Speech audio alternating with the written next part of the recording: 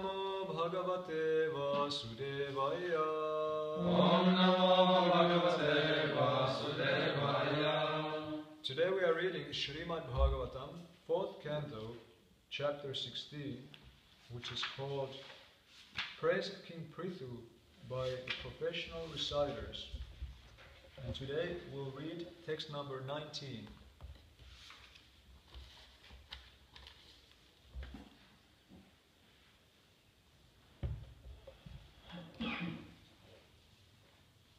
Ayam tu sakshad bhagavan striyadhishaha. Ayam tu sakshat Bhagavan Striyadisha. Ayam tu sakshad bhagavan striyadhishaha. Ayam tu sakshat Bhagavan Striyadisha. Kutastha atma kalayavatirnaham. Kutasthatma kalaya viditaha. Kutastha atma kalayavatirnaham. Kutasthatma kalaya viditaha. Yasmin avidya rachitam nirarthakam. Yasmin avidya rachitam nirarthakam. Yasmin avidya rachitam nirarthakam. Yasmin avidya rachitam nirarthakam. Vashyanti nanatvam apipratitam. Vashyanti nanatvam apipratitam. Vashyanti nanatvam apipratitam. Vashyanti nanatvam apipratitam. Translation. This king is the master of the three worlds and is directly empowered by the Supreme Personality of Godhead. He is without change and he is an incarnation of the Supreme, known as a Shakti Avesha avatar. Being a liberated soul and completely learned, he sees all material varieties as meaningless because their basic principle is nescience. Kindly repeat. This king is the master. Writers of these prayers are describing the transcendental qualities of Prithu Maharaj. These qualities are summarized in the words Sakshad Bhagavan.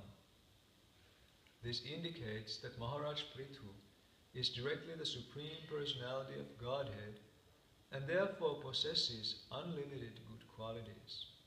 Being an incarnation of the Supreme Personality of Godhead, Maharaj Prithu could not be equaled in his excellent qualities.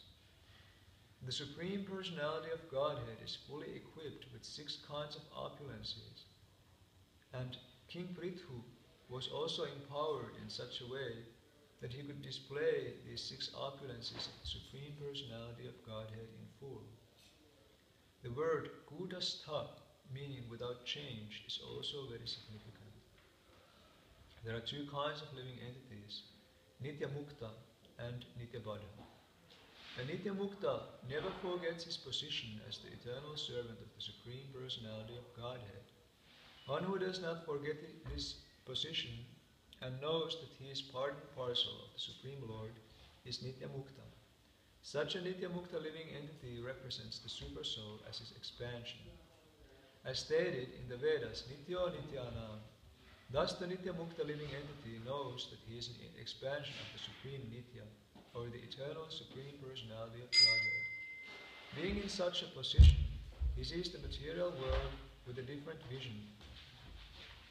The living entity who is Nitya Baddha, or eternally conditioned, sees the material varieties as being actually different from one another. In this connection, we should remember that the embodiment of the conditioned soul is considered to be like a dress. One may dress in different ways, but a really learned man does not take dresses into consideration. As stated in Bhagavad Gita, Vidya Vinaya Sampanne Brahmane Gavihastini Shunicheva Shvapakecha Pandita Samadarshina. The humble sage, by virtue of true knowledge, sees with equal vision a learned and gentle Brahmana, a cow, an elephant, a dog, and a dog-eater outcast. Thus, a learned man does not look upon the dresses that externally cover the living entity, but sees the pure soul within the varieties of dress, and knows very well that the varieties of dress are the creation of nescience, avidyarachitam. Being a Shaktivesh avatar empowered by the Supreme Personality of Godhead, Prithu Maharaj did not change his spiritual position, and consequently there was no possibility of his viewing the material world as reality. Hayam tu sakshad bhagavan striadhishaha kutasta atma kalayavatirnaha yasmin avidya rachitam nirarthakam pashyanti nanatvam apipratitam. This king is the master of the three worlds and is directly empowered by the Supreme Personality of Godhead. He is without change and he is an incarnation of the Supreme, known as the Shaktivesh Avatar. Being a liberated soul and completely learned, he sees all material varieties as meaningless because their basic principle is nations. The glorification of Maharaj Prithu continues in this verse, and here some other aspects of this being is described. So in the purport, Srila Prabhupada points out to the word Sakshad Bhagavan, which means Maharaj Prithu is directly the personality of Godhead. This means that he has unlimited good qualities. We see in this world many people, they have good qualities, but in the Srimad Bhagavatam 5th canto it explains that for the materialistic people, if they exhibit some good qualities, these qualities are temporary, that one has them for some time, and in some certain situation that may be covered again, if it's material. But then it says, Yas yasti bhaktir bhagavate kinchana sarver gunastatra samasate sura harava bhaktasya kuto maharguna manorathena sati dhavato bahi. That for those who are engaged in the devotional service of the Lord, all good qualities of the Supreme Person, of the demigods, they are manifested. So this is interesting. Devotional service is a way to reform oneself, or like in this book, this Beginner's Guide to Krishna Consciousness, it says, read this book and improve your life. That we can actually make improvement in our existence by practicing devotional service. That's there in the Bhakti Rasamrita Sindhu, when the qualities of pure devotional service are described. So the first one is Kleshagni. When one engages in the Lord's service, then the material miseries, they become extinguished. Cheto darpana marjanam bhavamaha adavakni nirvapanam. When one's heart becomes purified gradually, then the fire of material existence, the different sufferings, that becomes extinguished. And then Shubhadha, Srila Rupa Goswami says, that one's life becomes auspicious, that one develops the good qualities of the demigods, like said in the 5th canto of the Srimad Bhagavatam. Okay, so then we see in Chaitanya Charitamrita, Srila Krishnadas Kaviraj Goswami explains that there are 26 good qualities of the Vaishnava. So sometimes the question is that what is the most important quality of a devotee? So the most important quality that is the source of all the other qualities, or which is actually the primary quality of the devotee, of the 26, and the 25 being secondary qualities. The primary quality is Krishnaika Sharanam, that the devotee is always surrendered to Krishna.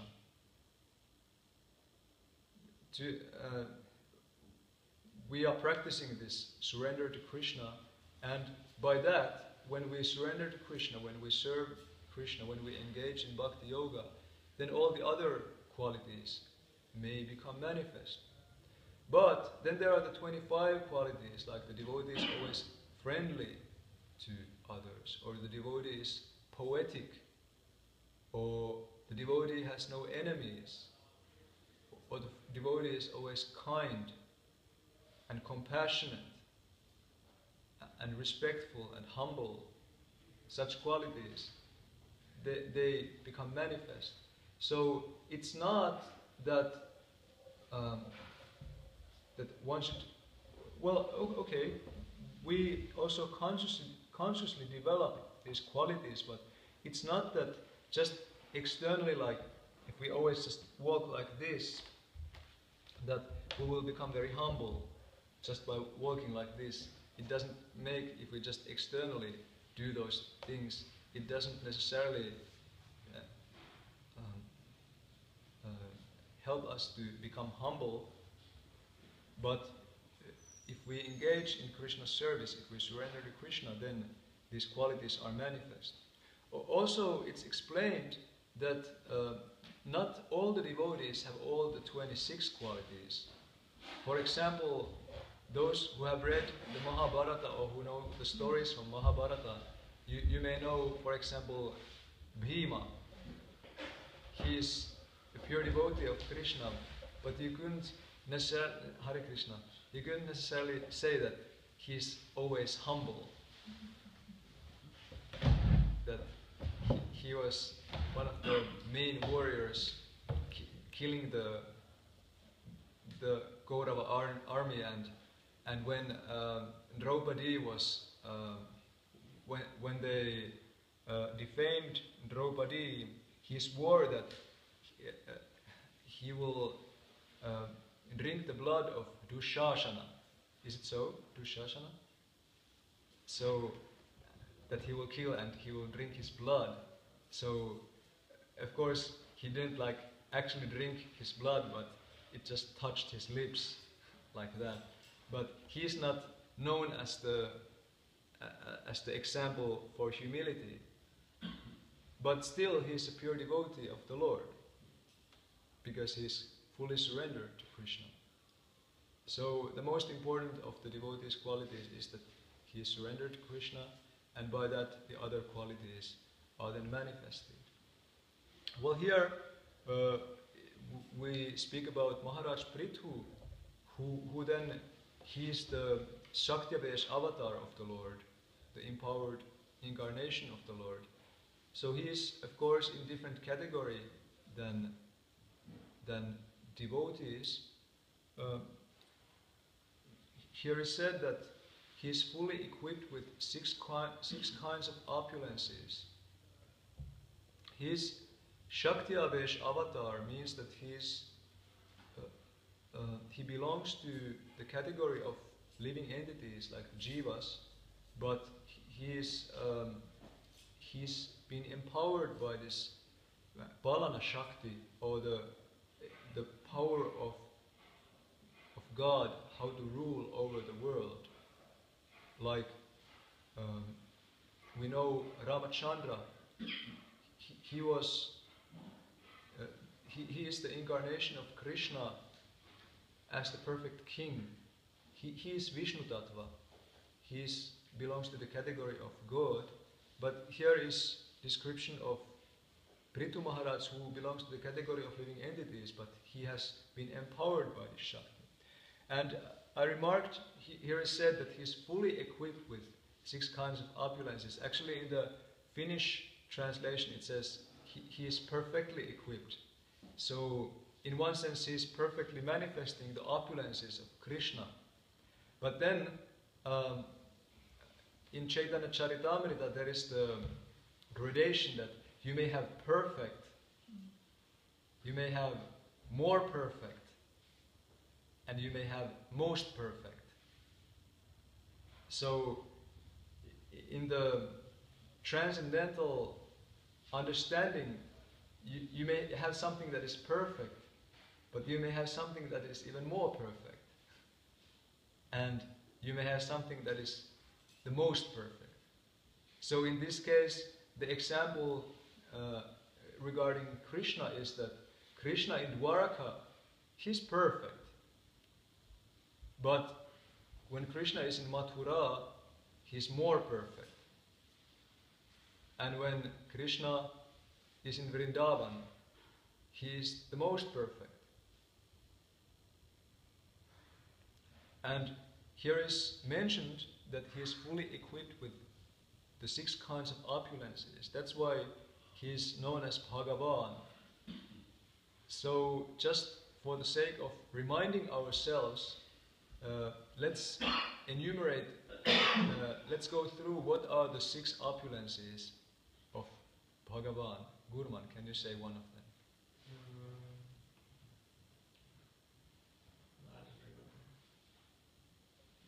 Not in English. I'm sure they teach you this stuff in the school. At least if you go to Krishna religion studies. Okay, Sarika can help.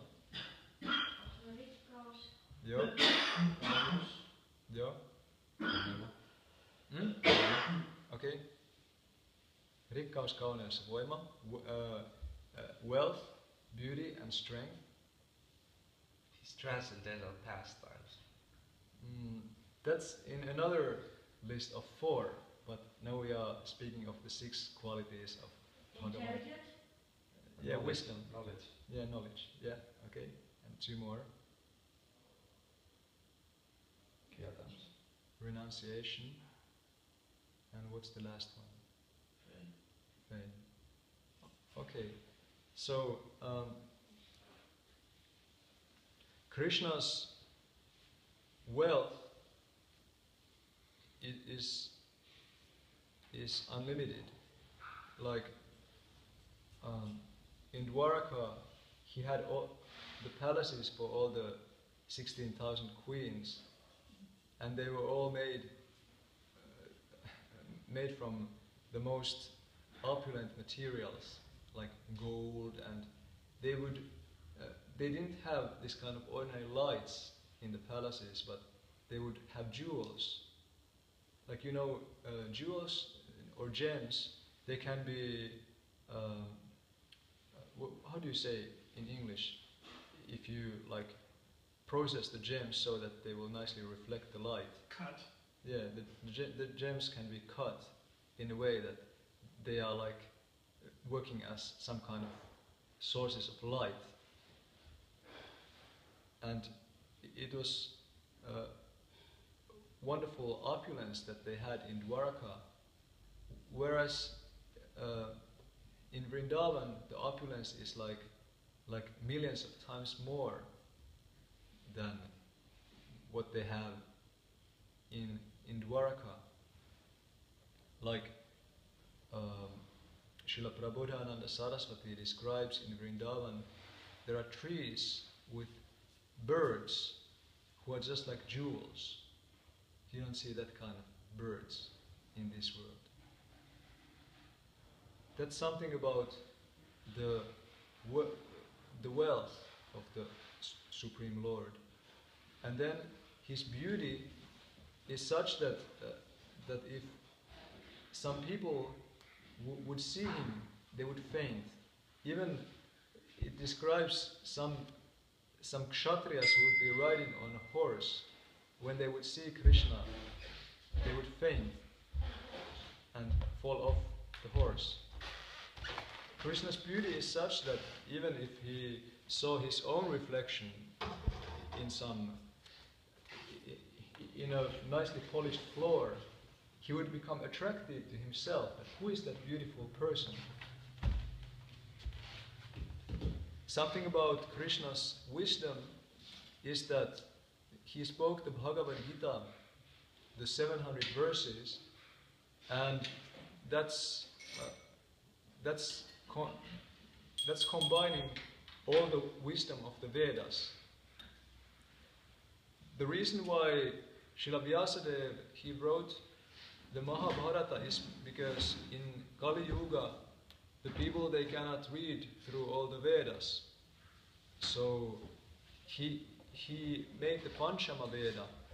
So this Mahabharata, it explains the whole Vedic culture. People in Vedic culture, they would learn the correct etiquette and behavior by studying the stories of Mahabharata. And inside Mahabharata, Srila Vyasadeva put the Bhagavad Gita, which then is the whole Vedic wisdom, the whole philosophy of the Vedas. So it's very significant. Then about Krishna's renunciation is that he is not attached. Like in the material world, if somebody has a very beautiful wife or girlfriend, it is very difficult to give up her association. But Krishna, he had the association of the most beautiful women in the whole of existence. Not just externally beautiful, but they were also very pleasing by their demeanor. But when they were having their rasa dance, so he could just leave them just like that, completely renounced. And then something about Krishna's fame is that God is the most famous, that throughout all the times people have been speaking about God, and even those who don't believe in God, they speak about Him. So what we have got now? We have got the wealth, beauty, wisdom, and renunciation. Then his strength is that he is holding up all the planetary systems. For us it may be difficult to hold some heavy thing for a few minutes, like if you were working there in the farm this week. So you had these heavy trees which you were moving, this wood stuff. But to hold up that for a few minutes may feel too much. But he is constantly holding up all the planetary systems. And then in his pastimes, he would hold up the Govardhan Hill for 7 days, and he didn't feel any fatigue. Actually, in the Sri Ishopanishad, Srila Prabhupada explains that Lord Krishna could lift up the Govardhan Hill without ever going to the gym. He is using that kind of humoristic expression. And what was the last one that we didn't go through?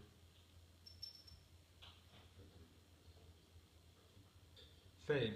No, we had fame. We had that also. Mikä? Okay, well, maybe we have all. Okay. So that was just about the qualities, how it's explained that how Maharaj Prithu was fully equipped with 6 kinds of opulences. So that's true. But then we have these different gradations, that there can be something even more full and the most full in the transcendental existence. And here also at the end of the purport, or the second half of the purport, Srila Prabhupada explains about the word Kudastha, which means he is without change.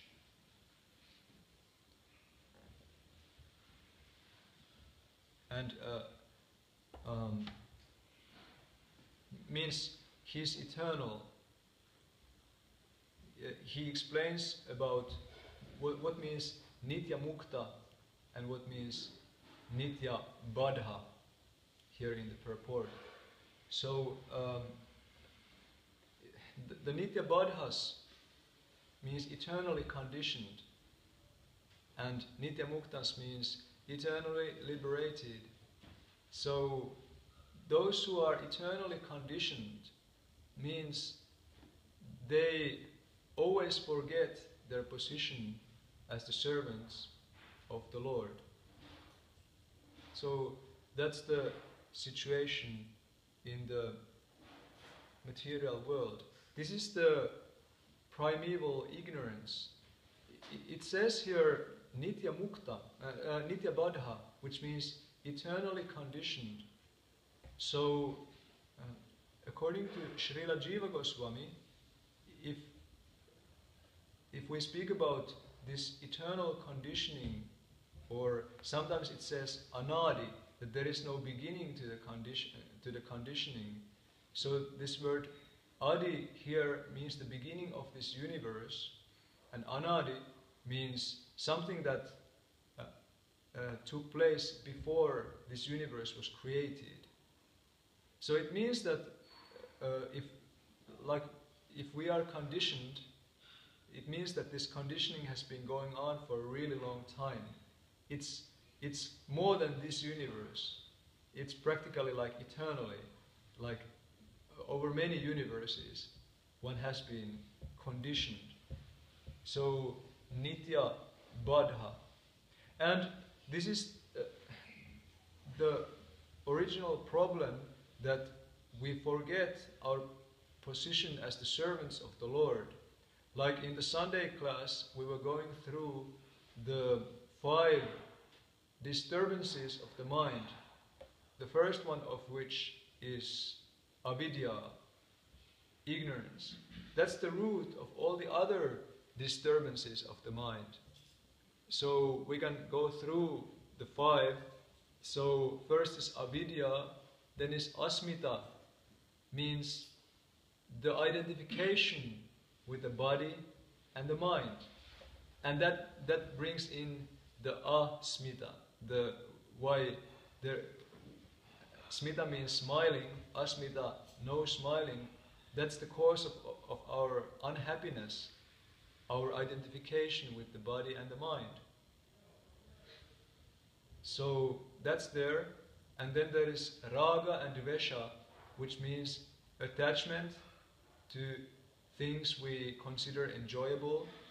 And dvesha means aversion to things that we don't like, which we consider brings us suffering.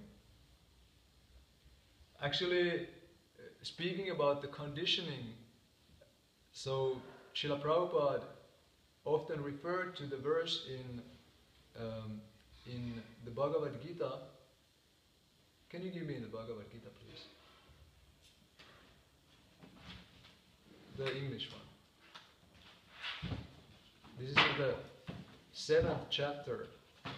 It's actually a very important verse in the Bhagavad Gita. Ichadvesha samudhena dvandvamohena bharata sarva bhutani sammoham sarge yanti parantama.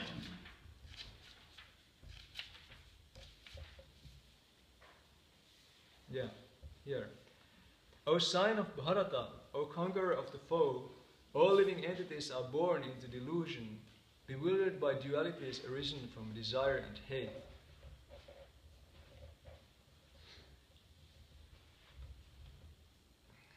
Describes the conditioning that bewildered by dualities arisen from desire and hate.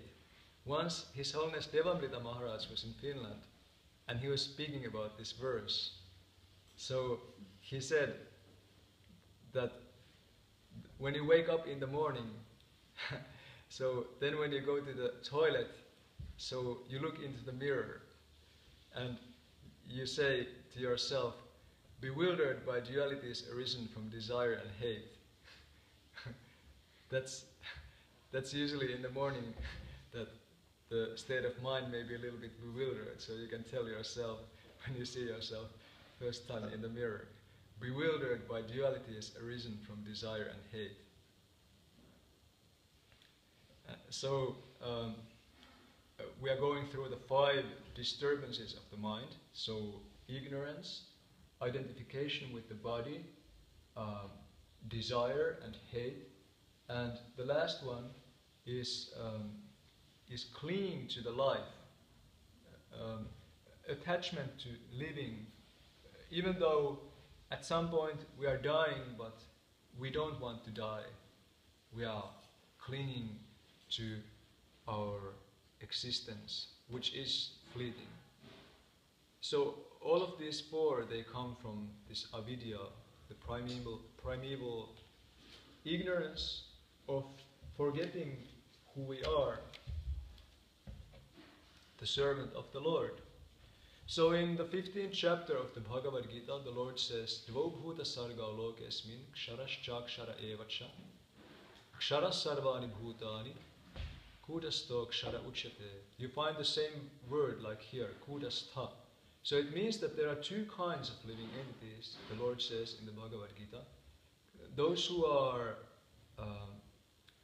what's the word in English? The fallible and infallible. Those living entities who are in this world, they are fallible. But those who are in the spiritual world, they are infallible. The Lord says like this at the end of the 15th chapter. So it means that all the souls in the spiritual world, they remember they are the servants of the Lord. And all the souls here in the material world, they have forgotten that since time immemorial. So that's why we are conditioned. So it's interesting how it's like polar opposites. When one is conditioned, so then he really has to struggle to even sometimes remember the Lord. It's not easy. But and to remember we are the servants of the Lord. But then when the eternally perfect souls, they sometimes descend into this world. So for them it is often difficult to remember to take care of the body, to remember to look after the material necessities. Like the 6 Goswamis of Vrindavan, they had to struggle to remember to eat or sleep because they were so much absorbed in remembering the Lord. Whereas for us, it's just the opposite, that we are mostly interested about taking care of the body, and we have to struggle to sometimes remember the Lord. So they are nitya muktas, and here in this material world we are nitya badhas. But then when one takes to following the spiritual process, Brahmanda Brahmite Kona Bhagyaman Jeev, Guru Krishna Prasade Pai Bhakti Lata Beach, the soul is wandering in the material world, sometimes being in the human form, sometimes in the animal form, sometimes in the higher planets, sometimes in hellish conditions. The soul is wandering. But out of the many souls in the world, a few may be fortunate enough to come in contact with a pure devotee of the Lord, and from him he can receive the Bhakti Lata Bij. He can come in contact with the process of pure devotional service. And by following that process, one can be perfected. I sometimes was having correspondence with my Guru Maharaj about this. So the topic was that there are those who are like Nitya Siddhas, who are eternally perfect, like Srila Prabhupada. He said that never in my life did I forget about Krishna. From the very beginning to the end, he always remembered Krishna. So that's Nitya Siddha. But then the other category is Sadhana Siddha. Those who become perfect by following the sadhana very strictly, by following the spiritual practice very strictly. And then there are those who are Kripa Siddhas, who become perfect by receiving the mercy of the pure devotee or the Lord himself. So those who become perfect by either following the sadhana or by the causeless mercy, they are also considered as Nitya Siddhas after their perfection. because on the spiritual platform there is no end. According to Srila Bhaktivinoda Thakur, for those who become perfect, there is a beginning to their perfection, but there is no end to their perfection. That's why they are considered as Nitya Siddhas. Whereas for our conditioning, it seems like there is no beginning, but there is an end when we start practicing Krishna consciousness. But speaking about these Nitya Siddhas or Nitya Muktas, so today is also a very special day, because today is the disappearance day of Srila Ramananda Raya. He is an eternal associate of Lord Chaitanya. And in the pastimes of Krishna, he is sometimes understood as Arjuna or Vishakha Shakhi. Like, there is a book called Gaura Kanadesh Deepika, written by a great saint named Kavi Karnapura. So there he is tracing out who is who. Like, Lord Chaitanya, here in the pastimes of Lord Chaitanya, in this pastime, in the Krishna Lila, he is Lord Krishna, or Krishna and Srimati Radharani. And then all the different associates of Lord Chaitanya, who they are in the pastimes of Krishna. So there he is also speaking about Ramananda Raya, who is in one sense understood as the incarnation of Arjuna, and in one sense understood as the incarnation of Vishakha Shakhi, one of the gopis.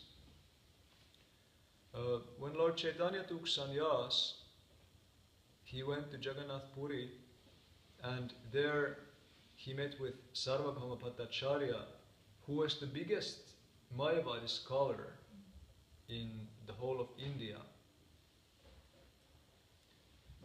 And they had their discussion for 7 days. Sarvabhauma Bhattacharya was describing Mayavadi philosophy, and Lord Chaitanya was just listening, and he didn't say anything. So for 7 days he was just listening. And then at the end of the 7th day, Sarvabhauma asked that, I have been speaking for so long, so did you understand anything what I told you? So Lord Chaitanya said, I can clearly understand the Vedanta Sutra, but I didn't. But your explanations are just covering the meaning of the Vedanta Sutra. They are just bewildering everyone. And then Lord Chaitanya spoke to him about the real meaning of Vedanta, and he became converted to a devotee, like the biggest Mayavadi. And then after some time, Lord Chaitanya started for South India for a pilgrimage in order to find his brother. That was one of the reasons why he went. So then Sarvabhauma Bhattacharya said that when you go to South, you should go and meet with a person named Ramananda Raya, who is the governor of Madras. Lord Chaitanya went to the South India, and he went to that area, and he was there sitting by the river. Which river? Do you remember? Godavari. Okay, he was sitting by Godavari river, and then this procession of this governor came there, like elephants, and he was being carried in a palanquin, and like here you have professional reciters, so there were all kinds of people there, and Brahmins and all kind of, it was a whole procession. He was treated like the king. And when Lord Chaitanya saw with Ramananda Raya, immediately they felt great ecstasy on seeing each other. If I remember correctly, they started embracing each other, and they manifested some other symptoms of ecstasy. But because all of these people, all of these materialistic people they were watching, they had to kind of like put down the ecstasy. Because even when they were embracing each other, they didn't understand that why is this sannyasi embracing with this person who is considered a Shudra. He was considered a Shudra although he was in some kind of authoritative position. But why is he embracing him so with such great love, and why they are in such ecstasy on seeing each other? So then on that evening they met, and they started their very famous discussion that you can find in the Madhya Lila of Chaitanya Charitamrita. Actually, according to Srila Bhaktisiddhanta Saraswati Thakur, there are 5 very important parts of Srimad Bhagavatam for the Madhyama Adhikaris. So there is the discussion between Lord Chaitanya and Prakashananda Saraswati, that is in the Adi Lila. Then there is the discussion between Lord Chaitanya and Sarvabhauma Bhattacharya, that's in the Madhya Lila. Then there is the discussion between Lord Chaitanya and Sri Rupa Goswami, that's also in the Madhya Lila, and the discussion between Lord Chaitanya and Sanatan Goswami at the end of Madhya Lila. And then you have this discussion between Lord Chaitanya and Ramananda Raya. So these 5 are considered as the most important parts of Sri Chaitanya Charitamrita for Madhyama Adhikaris, or for practicing devotees. So this is a very interesting discussion. We will not go through the whole thing because that would require like a seminar, but some nice teachings. In this case, it was that Lord Chaitanya was inquiring. He always depicted himself that I'm just this Mayavadi sannyasi. My heart is just dry, but you are enriched with the mellows of love of Krishna. So please instruct me about these matters. So here Sri Chaitanya Mahaprabhu was inquiring from Ramananda Rai, what is the supreme education? So Ramananda Raya replied, there is no other education more important than the transcendental devotional service of Krishna. Then Lord Chaitanya Mahaprabhu asked, what is the supreme of all honorable deeds? Ramananda Raya replied, a person who is known as the servant of Lord Krishna is the most famous. That's the greatest honorable deed, to engage in the Lord's service. Sri Chaitanya Mahaprabhu asked, who is the supreme of those who possess great wealth? Ramananda Raya replied, the one who is the wealthiest in love of Radha and Krishna has the topmost wealth. It's not someone who wins 90 million euros in some lottery, but the supreme is one who has the love of Krishna and Radha. Sri Chaitanya Mahaprabhu asked, what is the most painful of all sufferings? Sri Ramananda Raya replied, other than being in separation from the devotees of the Lord, I know no other suffering. It's quite beautiful that we may think there are so many sufferings in this world, but Ramananda Raya says that I don't know of any suffering other than being separated from the devotees of the Lord. Lord Chaitanya asked, who should we consider as the topmost liberated soul? Ramananda Raya replied, one who has love for Krishna has achieved the topmost liberation.